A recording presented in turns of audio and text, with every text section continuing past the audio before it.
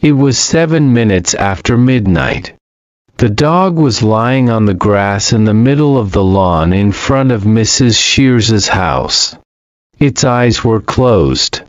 It looked as if it was running on its side, the way dogs run when they think they are chasing a cat in a dream. But the dog was not running or asleep. The dog was dead. There was a garden fork sticking out of the dog. The points of the fork must have gone all the way through the dog and into the ground because the fork had not fallen over. I decided that the dog was probably killed with the fork because I could not see any other wounds in the dog, and I do not think you would stick a garden fork into a dog after it had died for some other reason, like cancer, for example, or a road accident. But I could not be certain about this. I went through Mrs. Shears's gate, closing it behind me. I walked onto her lawn and knelt beside the dog. I put my hand on the muzzle of the dog. It was still warm. The dog was called Wellington. It belonged to Mrs. Shears, who was our friend. She lived on the opposite side of the road, 2 houses to the left. Wellington was a poodle. Not one of the small poodles that have hairstyles, but a big poodle. It had curly black fur, but when you got close you could see that the skin underneath the fur was a very pale yellow, like chicken. I stroked Wellington and wondered who had killed him, and why. My name is Christopher John Francis Boone. I know all the countries of the world and their capital cities and every prime number up to 7057. 8 years ago, when I first met Siobhan, she showed me this picture and I knew that it meant sad, which is what I felt when I found the dead dog. Then she showed me this picture and I knew that it meant happy, like when I'm reading about the Apollo space missions, or when I am still awake at 3 a.m. or 4 a.m. in the morning and I can walk up and down the street and pretend that I am the only person in the whole world. Then she drew some other pictures, but I was unable to say what these meant. I got Siobhan to draw lots of these faces and then write down next to them exactly what they meant. I kept the piece of paper in my pocket and took it out when I didn't understand what someone was saying. But it was very difficult to decide which of the diagrams was most like the face they were making because people's faces move very quickly. When I told Siobhan that I was doing this, she got out a pencil and another piece of paper. I said that 2 dogs were killed in the Hound of the Baskervilles, the hound itself and James Mortimer's spaniel, but Siobhan said they weren't the victims of the murder. Sir Charles Baskerville was. She said that this was because readers cared more about people than dogs, so if a person was killed in a book, readers would want to carry on reading. I said that I wanted to write about something real and I knew people who had died, but I did not know any people who had been killed, except Mr. Paulson, Edward's father from school, and that was a gliding accident, not murder, and I didn't really know him.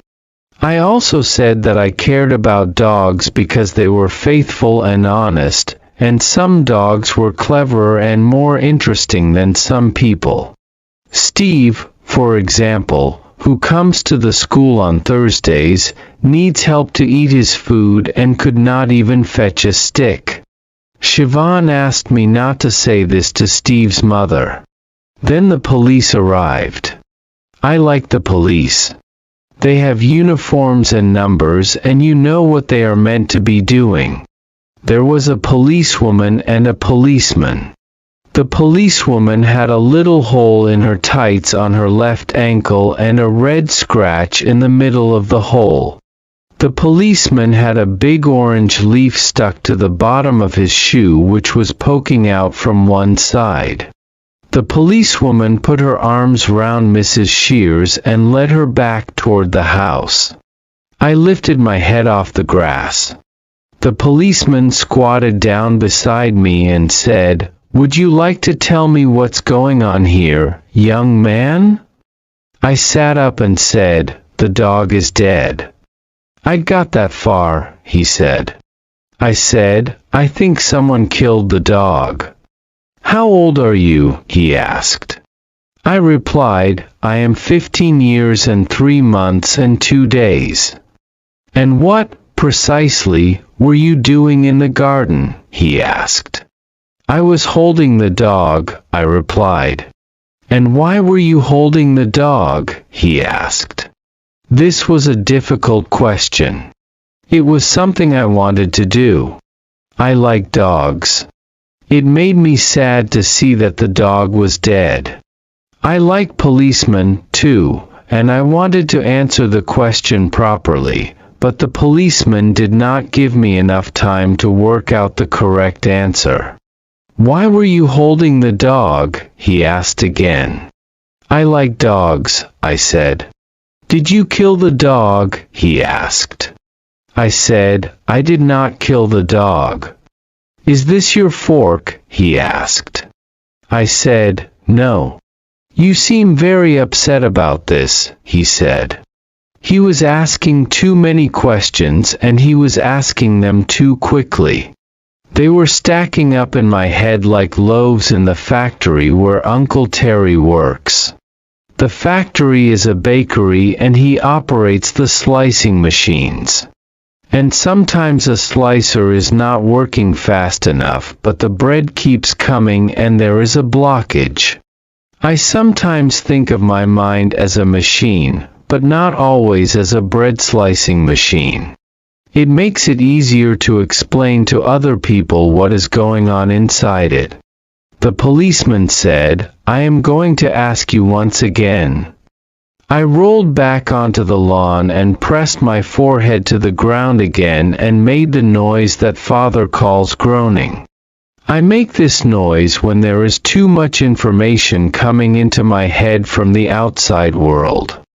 It is like when you are upset and you hold the radio against your ear and you tune it halfway between 2 stations so that all you get is white noise, and then you turn the volume right up so that this is all you can hear, and then you know you are safe because you cannot hear anything else. The policeman took hold of my arm and lifted me onto my feet. I didn't like him touching me like this. And this is when I hit him. This will not be a funny book. I cannot tell jokes because I do not understand them. Here is a joke, as an example. It is one of father's. His face was drawn but the curtains were real. I know why this is meant to be funny. I asked. It is because drawn has 3 meanings, and they are 1 drawn with a pencil, 2 exhausted, and 3 pulled across a window, and meaning 1 refers to both the face and the curtains, meaning 2 refers only to the face, and meaning 3 refers only to the curtains. If I try to say the joke to myself, making the word mean the 3 different things at the same time, it is like hearing 3 different pieces of music at the same time, which is uncomfortable and confusing and not nice, like white noise. It is like 3 people trying to talk to you at the same time about different things. And that is why there are no jokes in this book.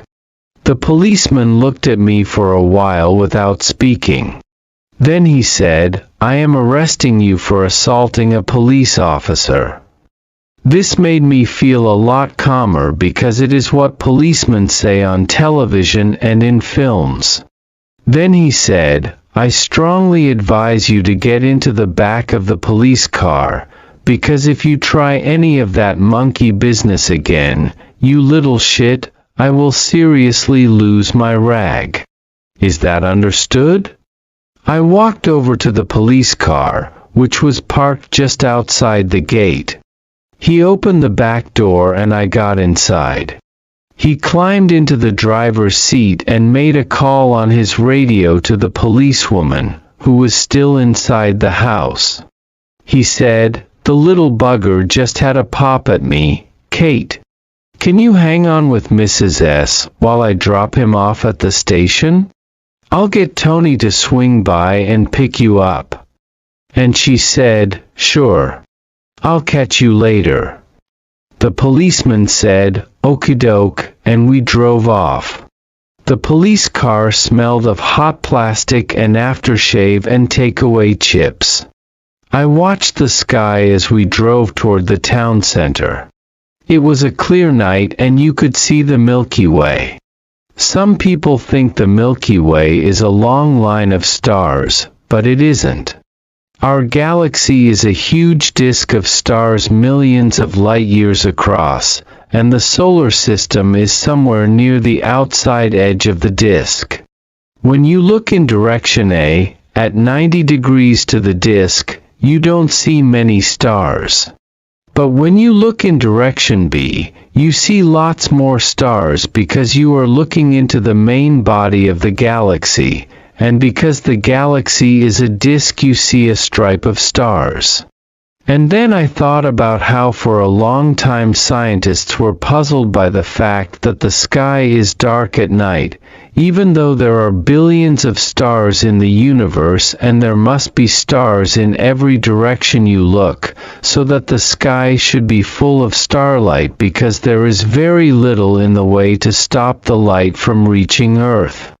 Then they worked out that the universe was expanding, that the stars were all rushing away from one another after the Big Bang, and the further the stars were away from us the faster they were moving, some of them nearly as fast as the speed of light, which was why their light never reached us. I like this fact. It is something you can work out in your own mind just by looking at the sky above your head at night and thinking without having to ask anyone. And when the universe has finished exploding, all the stars will slow down, like a ball that has been thrown into the air, and they will come to a halt and they will all begin to fall toward the center of the universe again. And then there will be nothing to stop us from seeing all the stars in the world because they will all be moving toward us, gradually faster and faster, and we will know that the world is going to end soon because when we look up into the sky at night there will be no darkness, just the blazing light of billions and billions of stars, all falling. Except that no one will see this because there will be no people left on the earth to see it. They will probably have become extinct by then. And even if there are people still in existence, they will not see it because the light will be so bright and hot that everyone will be burned to death, even if they live in tunnels. Chapters in books are usually given the cardinal numbers 1, 2, 3, 4, 5, 6, and so on. But I have decided to give my chapters prime numbers 2, 3, 5, 7, 11, 13, and so on because I like prime numbers. This is how you work out what prime numbers are. First you write down all the positive whole numbers in the world. Then you take away all the numbers that are multiples of 2. Then you take away all the numbers that are multiples of 3. Then you take away all the numbers that are multiples of 4 and 5 and 6 and 7 and so on. The numbers that are left are the prime numbers. The rule for working out prime numbers is really simple, but no one has ever worked out a simple formula for telling you whether a very big number is a prime number or what the next one will be. If a number is really, really big, it can take a computer years to work out whether it is a prime number. Prime numbers are useful for writing codes, and in America they are classed as military material, and if you find one over 100 digits long you have to tell the CIA and they buy it off you for $10,000. But it would not be a very good way of making a living. Prime numbers are what is left when you have taken all the patterns away. I think prime numbers are like life. They are very logical, but you could never work out the rules, even if you spent all your time thinking about them. When I got to the police station, they made me take the laces out of my shoes and empty my pockets at the front desk in case I had anything in them that I could use to kill myself or escape or attack a policeman with. The sergeant behind the desk had very hairy hands, and he had bitten his nails so much that they had bled. This is what I had in my pockets. 1. A Swiss Army knife with 15 attachments including a wire stripper and a saw and a toothpick and tweezers. 2. A piece of string. 3. A piece of a wooden puzzle which looked like this. 4. 3 pellets of rat food for Toby, my rat. 5. £1 and 47 pence. This was made up of a £1 coin, a 20p coin, 2 10p coins, a 5p coin and a 2p coin. 6. A red paper clip. 7. A key for the front door. I was also wearing my watch, and they wanted me to leave this at the desk as well, but I said that I needed to keep my watch on because I needed to know exactly what time it was. And when they tried to take it off me, I screamed, so they let me keep it on. They asked me if I had any family. I said I did. They asked me who my family was. I said it was father, but mother was dead. And I said it was also Uncle Terry, but he was in Sunderland and he was father's brother, and it was my grandparents, too, but 3 of them were dead, and Grandma Burton was in a home because she had senile dementia and thought that I was someone on television. Then they asked me for father's phone number. I told them that he had 2 numbers, one for at home and one which was a mobile phone, and I said both of them. It was nice in the police cell.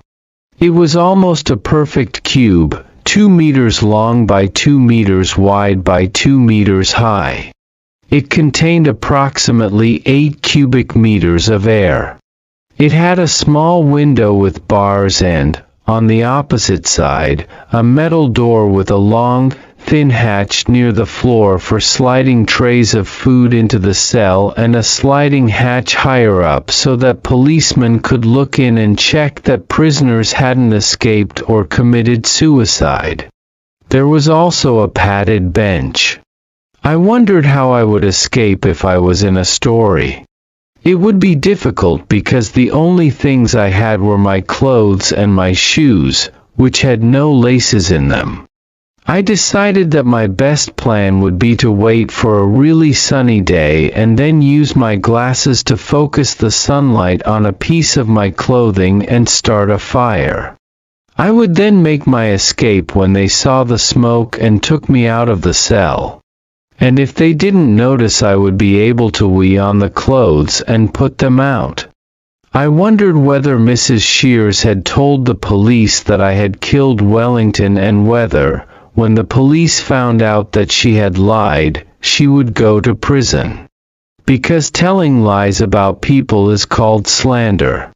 I find people confusing. This is for 2 main reasons. The first main reason is that people do a lot of talking without using any words. Siobhan says that if you raise one eyebrow, it can mean lots of different things. It can mean, I want to do sex with you, and it can also mean, I think that what you just said was very stupid. Siobhan also says that if you close your mouth and breathe out loudly through your nose, it can mean that you are relaxed, or that you are bored, or that you are angry, and it all depends on how much air comes out of your nose and how fast and what shape your mouth is when you do it, and how you are sitting and what you said just before, and hundreds of other things which are too complicated to work out in a few seconds. The second main reason is that people often talk using metaphors. These are examples of metaphors. I laugh my socks off. He was the apple of her eye. They had a skeleton in the cupboard. We had a real pig of a day. The dog was stone dead. The word metaphor means carrying something from one place to another, and it comes from the Greek words mu epsilon tau alpha, which means from one place to another, and phi epsilon rho epsilon iota upsilon, which means to carry, and it is when you describe something by using a word for something that it isn't. This means that the word metaphor is a metaphor. I think it should be called a lie because a pig is not like a day and people do not have skeletons in their cupboards. And when I try and make a picture of the phrase in my head, it just confuses me because imagining an apple in someone's eye doesn't have anything to do with liking someone a lot, and it makes you forget what the person was talking about. My name is a metaphor. It means carrying Christ, and it comes from the Greek words Chi-Rho iota sigma tau omicron, which means Jesus Christ, and phi epsilon rho epsilon iota upsilon, and it was the name given to Saint Christopher because he carried Jesus Christ across a river. This makes you wonder what he was called before he carried Christ across the river. But he wasn't called anything because this is an apocryphal story, which means that it is a lie, too. Mother used to say that it meant Christopher was a nice name because it was a story about being kind and helpful, but I do not want my name to mean a story about being kind and helpful. I want my name to mean me. It was 1:12 a.m. when Father arrived at the police station. I did not see him until 1:28 a.m., but I knew he was there because I could hear him. He was shouting, "I want to see my son," and "Why the hell is he locked up?" and, "Of course I'm bloody angry." Then I heard a policeman telling him to calm down. Then I heard nothing for a long while. At 1:28 a.m. a policeman opened the door of the cell and told me that there was someone to see me. I stepped outside. Father was standing in the corridor. He held up his right hand and spread his fingers out in a fan. I held up my left hand and spread my fingers out in a fan, and we made our fingers and thumbs touch each other. We do this because sometimes Father wants to give me a hug, but I do not like hugging people, so we do this instead, and it means that he loves me. Then the policeman told us to follow him down the corridor to another room. In the room was a table and 3 chairs. He told us to sit down on the far side of the table, and he sat down on the other side. There was a tape recorder on the table, and I asked whether I was going to be interviewed, and he was going to record the interview. He said, "I don't think there will be any need for that." He was an inspector. I could tell because he wasn't wearing a uniform. He also had a very hairy nose. It looked as if there were 2 very small mice hiding in his nostrils. He said, "I have spoken to your father, and he says that you didn't mean to hit the policeman." I didn't say anything because this wasn't a question. He said, "Did you mean to hit the policeman?" I said, "Yes." He squeezed his face and said, "But you didn't mean to hurt the policeman?" I thought about this and said, "No. I didn't mean to hurt the policeman. I just wanted him to stop touching me." Then he said, "You know that it is wrong to hit a policeman, don't you?" I said, "I do." He was quiet for a few seconds, then he asked, "Did you kill the dog, Christopher?" I said, "I didn't kill the dog." He said, "Do you know that it is wrong to lie to a policeman and that you can get into a very great deal of trouble if you do?" I said, "Yes." He said, "So, do you know who killed the dog?" I said, "No." He said, "Are you telling the truth?" I said, "Yes. I always tell the truth." And he said, "Right. I am going to give you a caution." I asked, "Is that going to be on a piece of paper like a certificate I can keep?" He replied, "No, a caution means that we are going to keep a record of what you did, that you hit a policeman but that it was an accident and that you didn't mean to hurt the policeman." I said, "But it wasn't an accident." And Father said, "Christopher, please."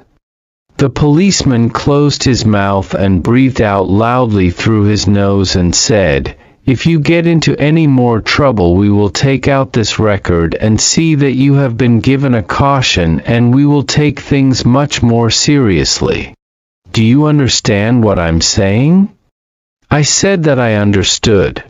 Then he said that we could go, and he stood up and opened the door, and we walked out into the corridor and back to the front desk, where I picked up my Swiss Army knife and my piece of string and the piece of the wooden puzzle and the 5 pellets of rat food for Toby and my £1 and 47 pence and the paperclip and my front door key, which were all in a little plastic bag, and we went out to Father's car, which was parked outside, and we drove home.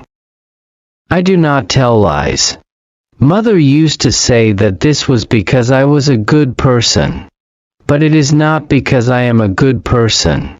It is because I can't tell lies. Mother was a small person who smelled nice.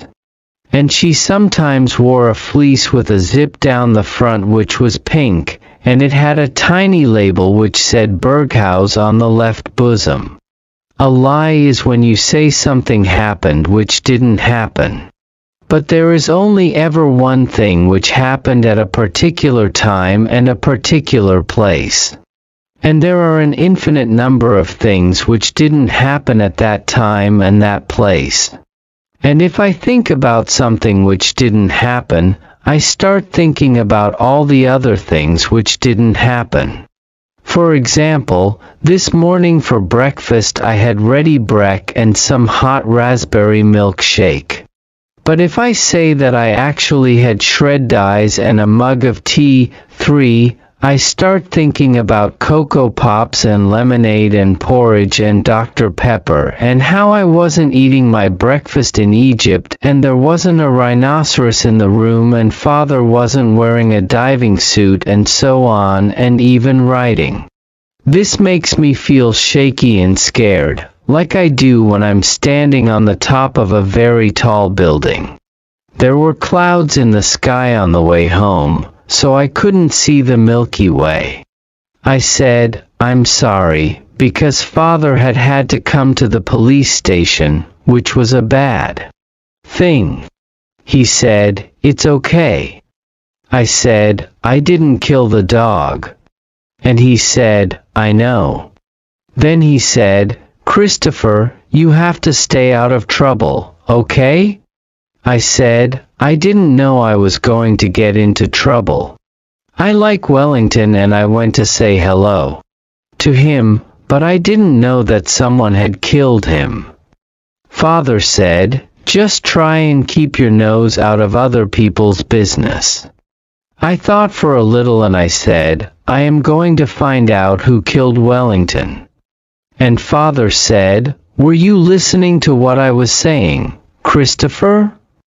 I said, "Yes, I was listening to what you were saying, but when someone gets murdered you have to find out who did it so that they can be punished."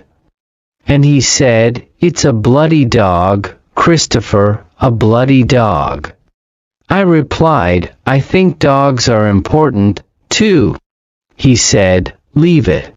And I said, "I wonder if the police will find out who killed him and punish the person."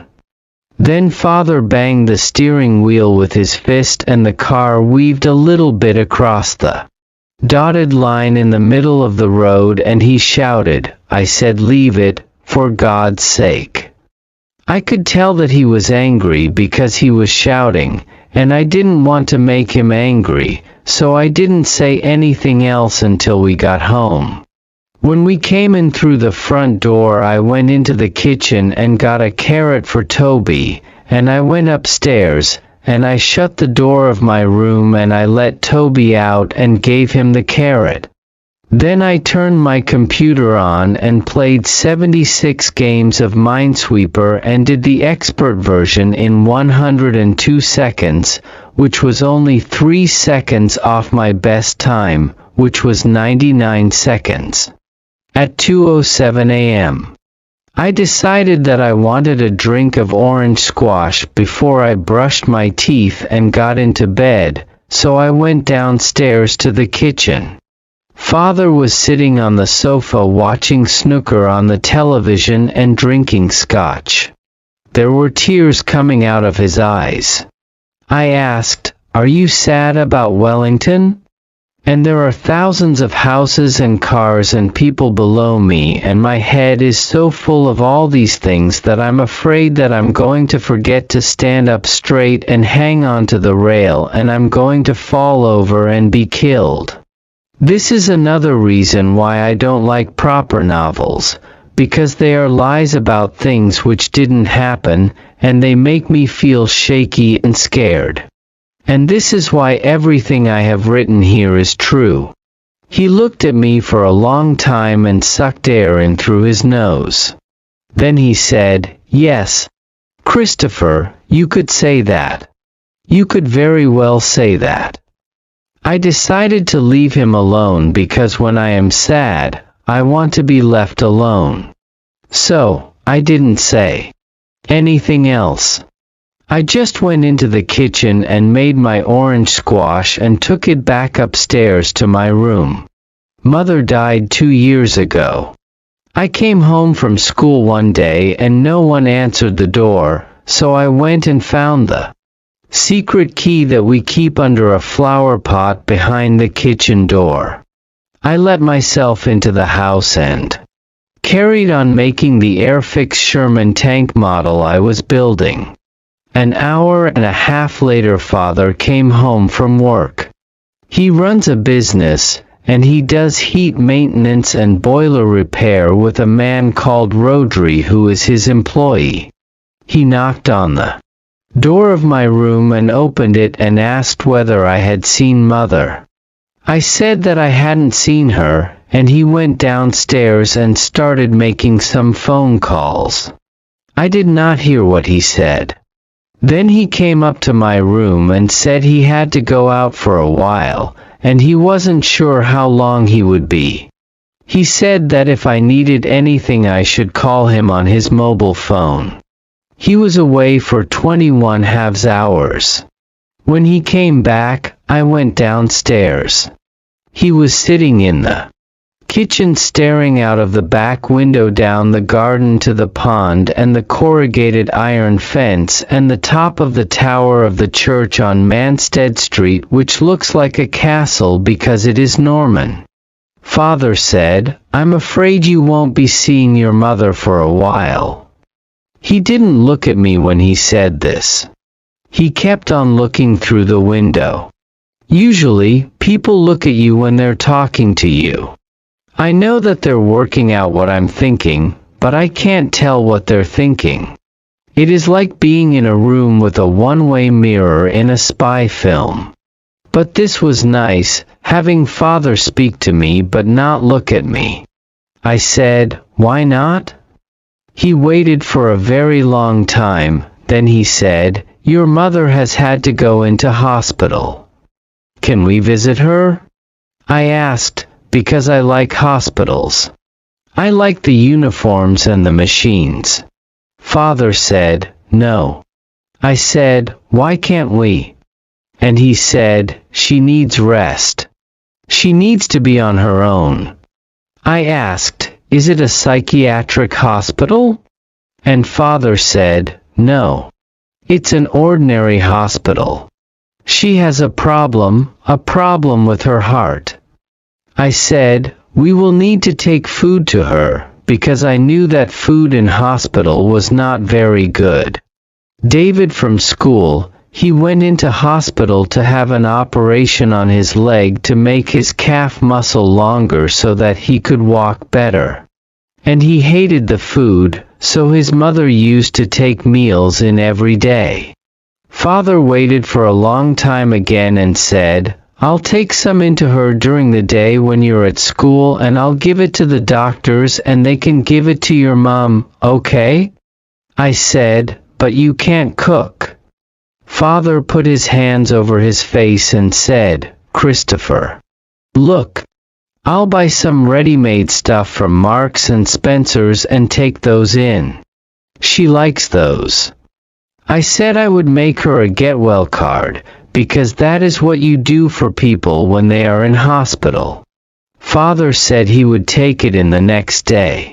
In the bus on the way to school next morning we passed 4 red cars in a row, which meant that it was a good day, so I decided not to be sad about Wellington.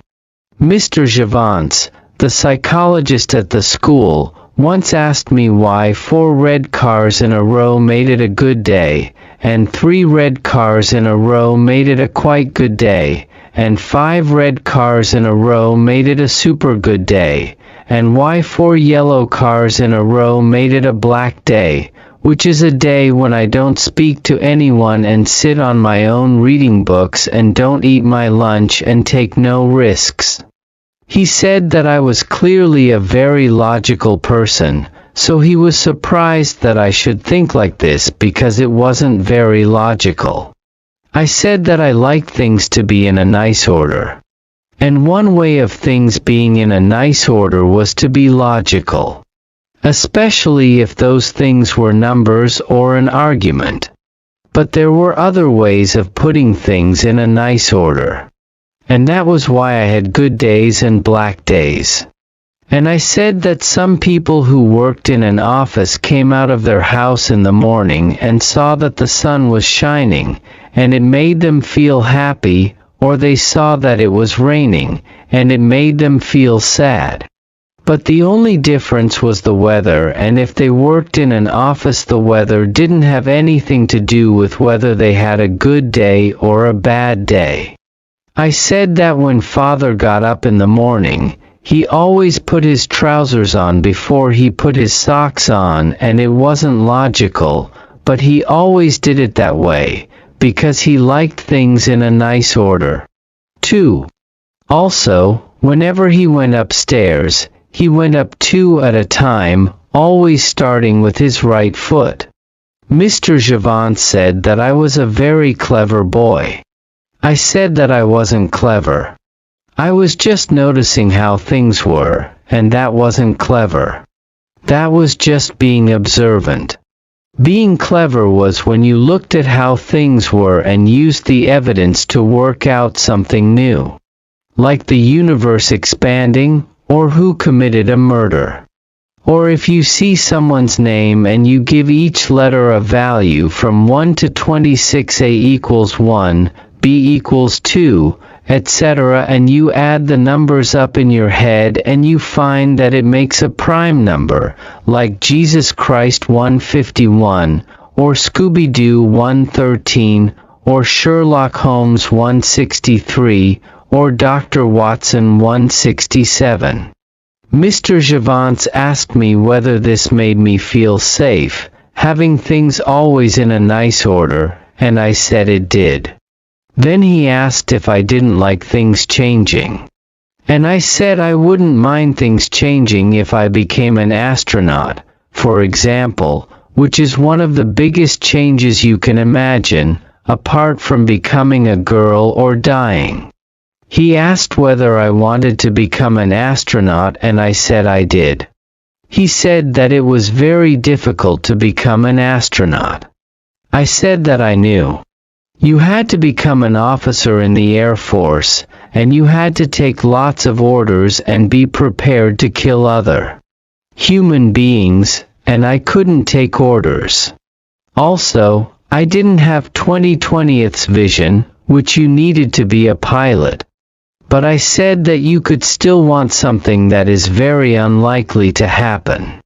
Terry, who is the older brother of Francis, who is at the school, said I would only ever get a job collecting supermarket trolleys or cleaning out donkey shit at an animal sanctuary, and they didn't let spazzers drive rockets that cost billions of pounds.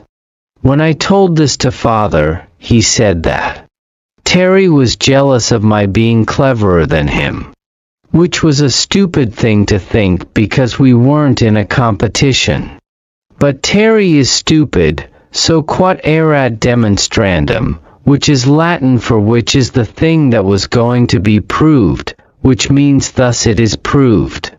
I'm not a spazzer, which means spastic, not like Francis, who is a spazzer, and even though I probably won't become an astronaut, I am going to go to university and study mathematics, or physics and mathematics, which is a joint honor school, because I like mathematics and physics and I'm very good at them. But Terry won't go to university. Father says Terry is most likely to end up in prison. Terry has a tattoo on his arm of a heart shape with a knife through the middle of it. But this is what is called a digression, and now I am going to go back to the fact that it was a good day. Because it was a good day, I decided that I would try and find out who killed Wellington, because a good day is a day for projects and planning things. When I said this to Siobhan, she said, "Well, we're meant to be writing stories today. So why don't you write about finding Wellington and going to the police station?" And that is when I started writing this. And Siobhan said that she would help with the spelling and the grammar and the footnotes. Mother died 2 weeks later. I had not been into hospital to see her, but Father had taken in lots of food from Marks and Spencer's. He said that she had been looking okay and seemed to be getting better. She had sent me lots of love and had my get well card on the table beside her bed. Father said that she liked it very much. The card had pictures of cars on the front. It looked like this. I did it at school with Mrs. Peters, who does art, and it was a lino cut, which is when you draw a picture on a piece of lino and Mrs. Peters cuts round the picture with a Stanley knife, and then you put ink on the lino and press it onto the paper, which is why all the cars looked the same, because I did one car and pressed it onto the paper 9 times. And it was Mrs. Peters's idea to do lots of cars, which I liked. And I colored all the cars in with red paint to make it a super good day for Mother. Father said that she died of a heart attack, and it wasn't expected. I said, "What kind of heart attack?" because I was surprised. Mother was only 38 years old, and heart attacks usually happen to older people, and Mother was very active and rode a bicycle and ate food which was healthy and high in fiber and low in saturated fat like chicken and vegetables and muesli. Father said that he didn't know what kind of heart attack she had, and now wasn't the moment to be asking questions like that. I said that it was probably an aneurysm. A heart attack is when some of the muscles in the heart stop getting blood and die. There are 2 main types of heart attack. The first is an embolism. That is when a blood clot blocks one of the blood vessels taking blood to the muscles in the heart. And you can stop this from happening by taking aspirin and eating fish. Which is why Eskimos don't get this sort of heart attack, because they eat fish and fish stops their blood from clotting, but if they cut themselves badly, they can bleed to death. But an aneurysm is when a blood vessel breaks, and the blood doesn't get to the heart muscles because it is leaking. And some people get aneurysms just because there is a weak bit in their blood vessels, like Mrs. Hardesty, who lived at number 72 in our street, who had a weak bit in the blood vessels in her neck and died just because she turned her head round to reverse her car into a parking spaces. On the other hand, it could have been an embolism, because your blood clots much more easily when you are lying down for a long time, like when you are in hospital. Father said, "I'm sorry, Christopher, I'm really sorry." But it wasn't his fault. Then Mrs. Shears came over and cooked supper for us. And she was wearing sandals and jeans and a t-shirt which had the words windsurf and Corfu and a picture of a windsurfer on it. And Father was sitting down, and she stood next to him and held his head against her bosoms and said, "Come on, Ed. We're going to get you through this." And then she made us spaghetti and tomato sauce. And after dinner she played Scrabble with me, and I beat her 247 points to 134. I decided that I was going to find out who killed Wellington, even though Father had told me to stay out of other people's business. This is because I do not always do what I am told. And this is because when people tell you what to do, it is usually confusing and does not make sense. Also, people break rules all the time. For example, Father often drives at over 30 miles per hour in a 30 miles per hour zone, and sometimes he drives when he has been drinking, and often he doesn't wear his seat belt when he is driving his van. And in the Bible it says, "Thou shalt not kill," but there were the Crusades and 2 world wars and the Gulf War, and there were Christians killing people in all of them. Also, I don't know what Father means when he says, "Stay out of other people's business," because I do not know what he means by other people's business, because I do lots of things with other people, at school and in the shop and on the bus. And his job is going into other people's houses and fixing their boilers and their heating. And all of these things are other people's business. Siobhan understands. When she tells me not to do something, she tells me exactly what it is that I am not allowed to do. And I like this. For example, she once said, "You must never punch Sarah or hit her in any way, Christopher. Even if she hits you first. If she does hit you again, move away from her and stand still and count from 1 to 50, then come and tell me what she has done, or tell one of the other members of staff what she has done." Or, for example, she once said, "If you want to go on the swings and there are already people on the swings, you must never push them off. You must ask them if you can have a go. And then you must wait until they have finished." But when other people tell you what you can't do, they don't do it like this. So I decide for myself what I am going to do and what I am not going to do. That evening I went round to Mrs. Shears's house and knocked on the door and waited for her to answer it. When she opened the door, she was holding a mug of tea and she was wearing sheepskin slippers, and she had been watching a quiz program on the television because there was a television on, and I could hear someone saying, "The capital city of Venezuela is A Maracas, B Caracas. Si Bogotá o de Joston." And I knew that it was Caracas. She said, "Christopher, I really don't think I want to see you right now." I said, "I didn't kill Wellington." And she replied, "What are you doing here?" I said, "I wanted to come and tell you that I didn't kill Wellington. And also I want to find out who killed him." Some of her tea spilled onto the carpet. I said, "Do you know who killed Wellington?" She didn't answer my question. She just said, "Goodbye, Christopher," and closed the door. Then I decided to do some detective work. I could see that she was watching me and waiting for me to leave because I could see her standing in her hall on the other side of the frosted glass in her front door. So I walked down the path and out of the garden. Then I turned round and saw that she wasn't standing in her hall any longer.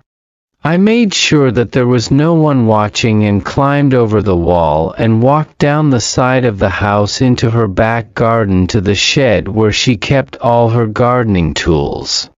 The shed was locked with a padlock and I couldn't go inside, so I walked round to the window in the side. Then I had some good luck. When I looked through the window, I could see a fork that looked exactly the same as the fork that had been sticking out of Wellington. It was lying on the bench by the window and it had been cleaned because there was no blood on the spikes. I could see some other tools as well, a spade and a rake and one of those long clippers people use for cutting branches which are too high to reach. And they all had the same green plastic handles like the fork. This meant that the fork belonged to Mrs. Shears. Either that or it was a red herring, which is a clue which makes you come to a wrong conclusion, or something which looks like a clue but isn't. I wondered if Mrs. Shears had killed Wellington herself. But if she had killed Wellington herself, why had she come out of the house shouting, "What in fuck's name have you done to my dog?" I thought that Mrs. Shears probably didn't kill Wellington. But whoever had killed him had probably killed him with Mrs. Shears's fork. And the shed was locked. This meant that it was someone who had the key to Mrs. Shears's shed, or that she had left it unlocked, or that she had left her fork lying around in the garden. I heard a noise and turned round and saw Mrs. Shears standing on the lawn looking at me. I said, "I came to see if the fork was in the shed." And she said, "If you don't go now I will call the police again." So I went home. When I got home I said hello to Father and went upstairs and fed Toby, my rat, and felt happy because I was being a detective and finding things out. Mrs. Forbes at school said that when Mother died she had gone to heaven. That was because Mrs. Forbes is very old and she believes in heaven. And she wears tracksuit trousers because she says that they are more comfortable than normal trousers. And one of her legs is very slightly shorter than the other one because of an accident on a motorbike. But when Mother died she didn't go to heaven because heaven doesn't exist. Mrs. Peters's husband is a vicar called the Reverend Peters, and he comes to our school sometimes to talk to us, and I asked him where heaven was and he said, "It's not in our universe. It's another kind of place altogether." The Reverend Peters makes a funny ticking noise with his tongue sometimes when he is thinking. And he smokes cigarettes and you can smell them on his breath, and I don't like this. I said that there wasn't anything outside the universe and there wasn't another kind of place altogether. Except that there might be if you went through a black hole, but a black hole is what is called a singularity, which means it is impossible to find out what is on the other side because the gravity of a black hole is so big that even electromagnetic waves like light can't get out of it, and electromagnetic waves are how we get information about things which are far away. And if heaven was on the other side of a black hole, dead people would have to be fired into space on rockets to get there, and they aren't, or people would notice. I think people believe in heaven because they don't like the idea of dying, because they want to carry on living, and they don't like the idea that other people will move into their house and put their things into the rubbish. The Reverend Peter said, "Well, when I say that heaven is outside the universe, it's really just a manner of speaking. I suppose what it really means is that they are with God." And I replied, "But where is God?" And the Reverend Peter said that we should talk about this on another day when he had more time. What actually happens when you die is that your brain stops working and your body rots, like Rabbit did when he died, and we buried him in the earth at the bottom of the garden. And all his molecules were broken down into other molecules, and they went into the earth and were eaten by worms and went into the plants, and if we go and dig in the same place in 10 years there will be nothing except his skeleton left. And in 1,000 years even his skeleton will be gone. But that is all right, because he is a part of the flowers and the apple tree and the hawthorn bush now. When people die they are sometimes put into coffins, which means that they don't mix with the earth for a very long time until the wood of the coffin rots. But Mother was cremated. This means that she was put into a coffin and burned and ground up and turned into ash and smoke. I do not know what happens to the ash, and I couldn't ask at the crematorium because I didn't go to the funeral. But the smoke goes out of the chimney and into the air, and sometimes I look up into the sky and I think that there are molecules of Mother up there, or in clouds over Africa or the Antarctic, or coming down as rain in the rainforests in Brazil, or in snow somewhere. The next day was Saturday, and there is not much to do on a Saturday unless Father takes me out somewhere on an outing to the boating lake or to the garden center. But on this Saturday, England were playing Romania at football, which meant that we weren't going to go on an outing because Father wanted to watch the match on the television. So I decided to do some more detection on my own. I decided that I would go and ask some of the other people who lived in our street if they had seen anyone killing Wellington, or whether they had seen anything strange happening in the street on Thursday night. Talking to strangers is not something I usually do. I do not like talking to strangers. This is not because of stranger danger, which they tell us about at school, which is where a strange man offers you sweets or a ride in his car because he wants to do sex with you. I am not worried about that. If a strange man touched me I would hit him, and I can hit people very hard. For example, when I punched Sarah because she had pulled my hair, I knocked her unconscious and she had concussion, and they had to take her to the accident and emergency department at the hospital. And also I always have my Swiss Army knife in my pocket, and it has a saw blade which could cut a man's fingers off. I do not like strangers because I do not like people I have never met before. They are hard to understand. It is like being in France, which is where we went on holiday sometimes when Mother was alive, to camp. And I hated it because if you went into a shop or a restaurant or on a beach you couldn't understand what anyone was saying, which was frightening. It takes me a long time to get used to people I do not know. For example, when there is a new member of staff at school, I do not talk to them for weeks and weeks. I just watch them until I know that they are safe. Then I ask them questions about themselves, like whether they have pets and what is their favorite color and what do they know about the Apollo space missions, and I get them to draw a plan of their house, and I ask them what kind of car they drive, so I get to know them. Then I don't mind if I am in the same room as them and don't have to watch them all the time. So talking to the other people in our street was brave. But if you are going to do detective work you have to be brave, so I had no choice. First of all I made a plan of our part of the street, which is called Randolph Street, like this. Then I made sure I had my Swiss Army knife in my pocket, and I went out and I knocked on the door of number 40, which is opposite Mrs. Shears's house, which means that they were most likely to have seen something.